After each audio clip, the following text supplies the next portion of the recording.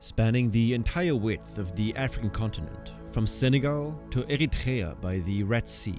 The Sahel zone forms the southern transition zone from the Great Desert, the Sahara, to the Sudanian savanna.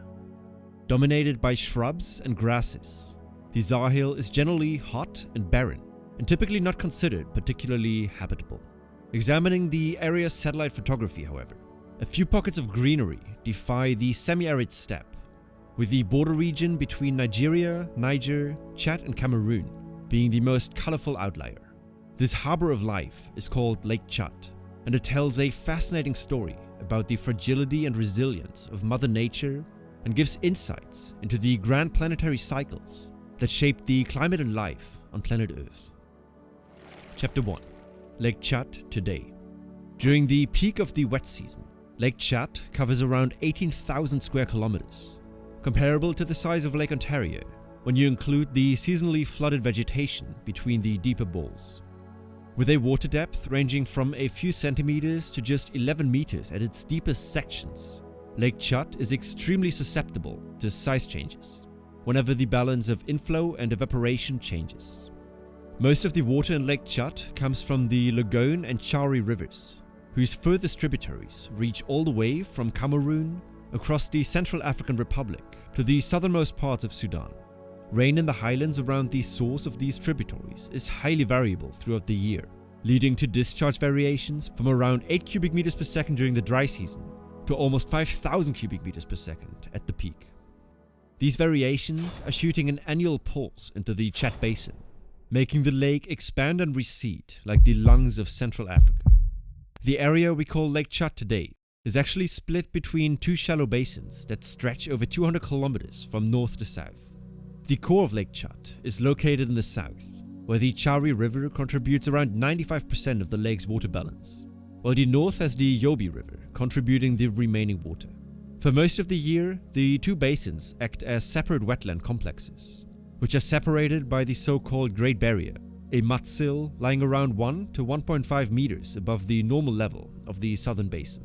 Only during particularly wet seasons does the main lake rise enough to breach this barrier, extending Lake Chad across both basins.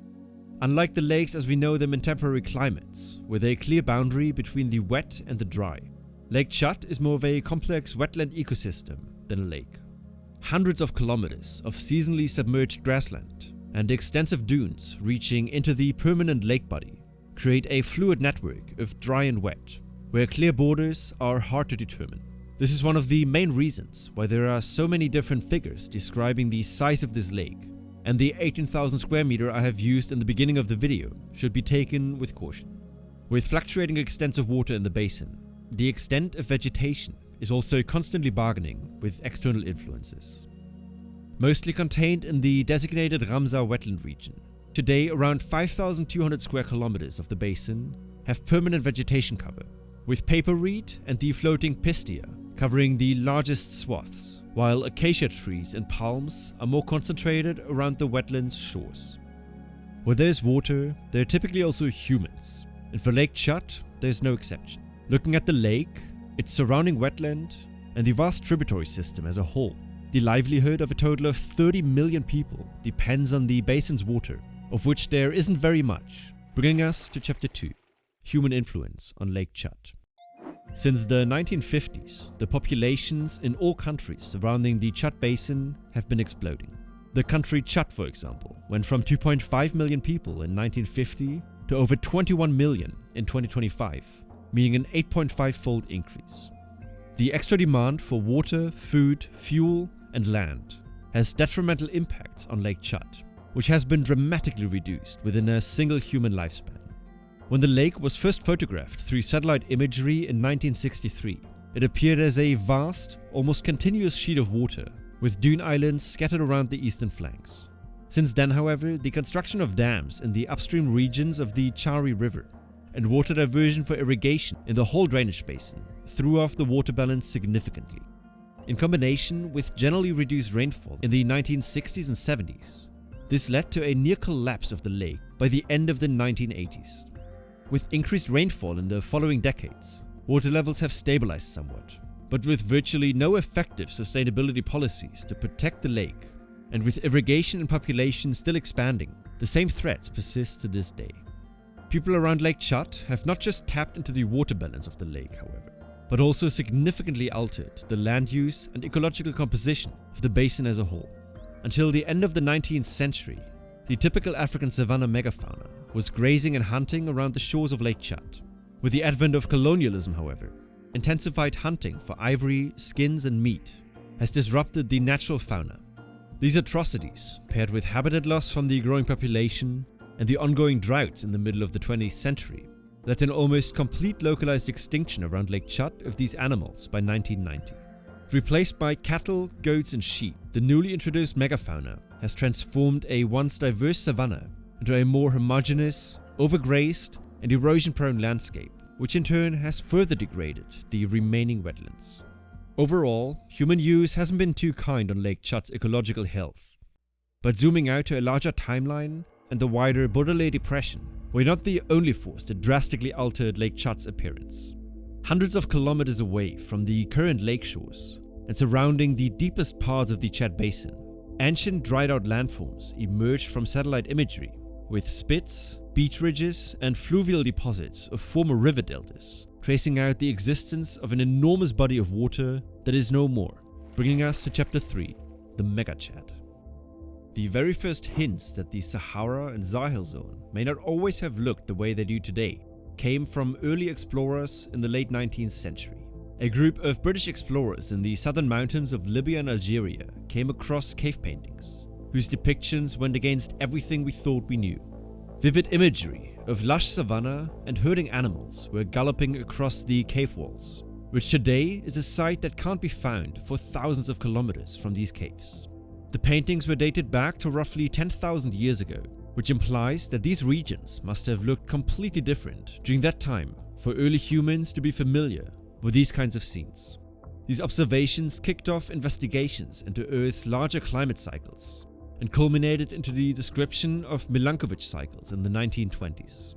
According to the astronomer Milutin Milankovitch, Earth's orbit around the Sun is not as constant as we once expected, and the wobbles in the orbit and spin, influenced by gravitational pull from other planets over tens of thousands of years, can drastically reshape the distribution of sunlight on Earth's surface and with it, the climate.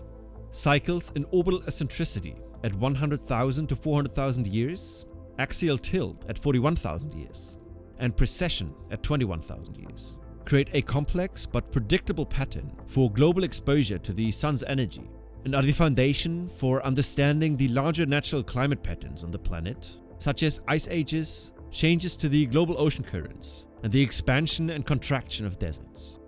Backtracking the impacts of the Milankovitch cycles on the Sahara reveals that this vast barren desert must have cycled between humid savanna and arid desert many times in Earth's history, with the last wet cycle ending around 5,000 years ago. During this African humid period, lasting from around 15 to 5,000 years ago, several large lakes and floodplains were scattered around today's savanna, with enormous river networks building a network of grass, wet and woodlands.